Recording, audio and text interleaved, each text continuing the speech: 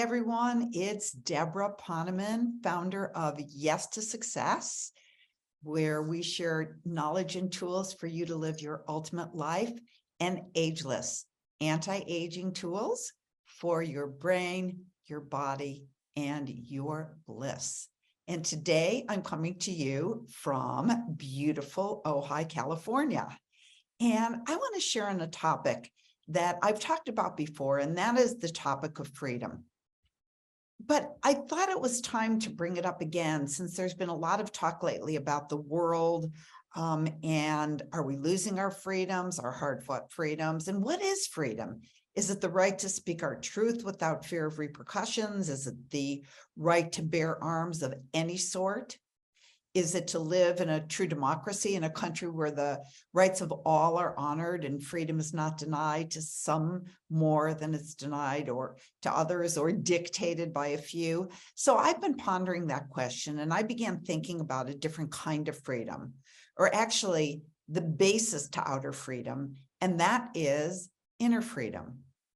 Now, when most people think of the great Austrian psychiatrist and psychotherapist Viktor Frankl, they don't usually think of the genius who developed the psychological approach known as logotherapy. Instead, they justifiably think of the Holocaust survivor who gave new meaning to the word freedom.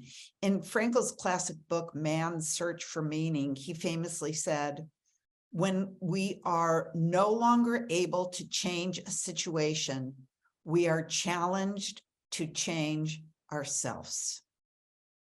What I believe that Frankl was saying was simply that each of us has total freedom, because freedom is not something dictated by outer circumstances, but rather determined by our inner state.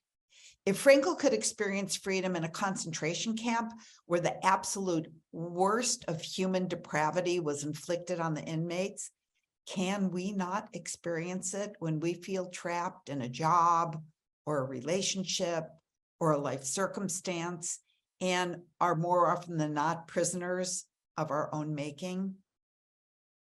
If we learn nothing else from Viktor Frankl, it's that freedom is a choice we have to make at every moment, and there is always a choice. So let's look at some of the things we might be able to do in our own lives to achieve the type of freedom that seems unattainable by us mere mortals. First of all, have a purpose that's greater than yourself. One of the observations that Frankl made was that the prisoners who survived had a purpose that inspired them to keep going no matter what, a responsibility to something greater than themselves. For some, it was a child who they managed to send off to a country where they were safe during the war, or perhaps a spouse they believed would be waiting for them once they were liberated. For some, it was an unfinished book or a piece of art or a scientific work they'd begun. They knew their contribution would make the planet a better place, and they needed to complete it before they died. Those who held a vision of what they wanted to create in the world, even if it just lived in their hearts, were the ones who made it out alive. The vision gave them the courage to live and a sense of inner freedom. In his teachings, Frankl often refers to the words of Nietzsche, quote, "He who knows the why for his existence will be able to bear almost any how." Next, do what I call sharing your bananas. Okay, in my life, I've often worked and played amongst the wealthy and successful. I mean, I'm not BFFs with, Warren Buffett or I don't know, Elon Musk, who's really wealthy these days. Although I did once go on a private safari with Richard Branson and his extended family, but that was a little, little name dropping there, like just snuck it in. But I do have to say that the majority of my associates statistically are in the top 1% of the world's wealthiest individuals. But are they the most free? Although I hesitate to be the judge of how free they consider themselves to be, I'd say that some of the people I've grown to know and love who live in mud huts in Haiti are far more free. Why? Well, I believe the answer is illustrated in something that Marianne Williamson once said to me. I just returned home from a developing country, and I was telling her about my visit to a community of people who literally lived under tarps in a junkyard, but seemed so happy. It seems so incongruous to me. And she said, well, the reason these people are happy is that if they have 2 bananas, they will always give one away. The reason why so many people we know are miserable is that they have all the bananas they can possibly eat, but they have no interest in sharing them. Frankl saw men who had everything taken away from them, including their families, their homes, their livelihoods, their possessions, even their names that became numbers tattooed on their arms, but they never lost their freedom to share their bananas. Frankl said, and I quote, "We who lived in the camps can remember the men who walked through the huts comforting others, giving away their last piece of bread. They may have been few in number, but they offered sufficient proof that everything can be taken from a man, but one thing, the last of the human freedoms, to choose one's own attitude in any given set of circumstances, to choose one's own way." Frankl even recounts a time when a guard, at great risk to himself, secretly gave him a piece of bread.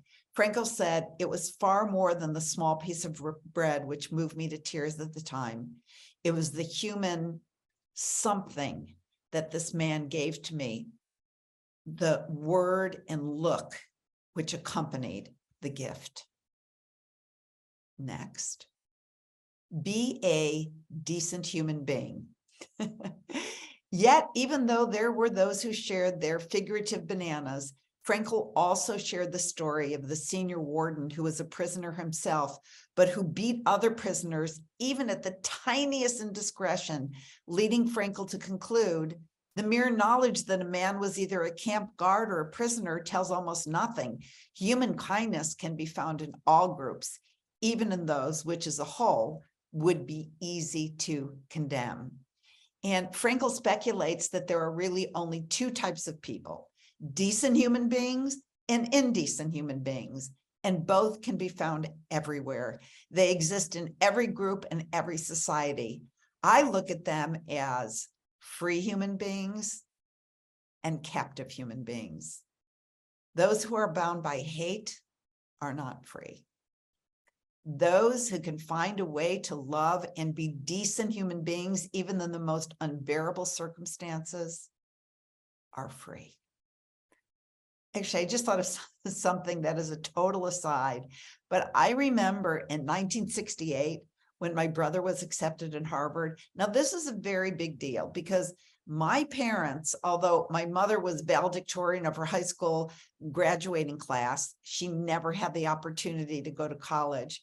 But I remember my mother saying to her friends, when they were saying, "Oh, you must be so proud of him. You must be so excited." And she said, "Yes, I'm very proud of Larry that he got accepted at Harvard. But the most important thing is that he and Debbie," that would be me, "are decent human beings." And that's the type of freedom that each of us has the opportunity to experience every day of our lives. Frankl eventually concludes that there is no final answer to the question, what is the true meaning of life? He says that we all need to answer that question for ourselves. But he does say that life essentially tests us at every moment, and the answer is revealed in how we respond. He says that freedom is not found on some mountaintop, but is found daily and hourly in the choices that we make. And finally, he says, another quote, "We had to learn ourselves, and furthermore, we had to teach the despairing that it did not really matter what we expected from life, but rather what life expected from us." So there is something to ponder. Until next week. Sending you love, as always.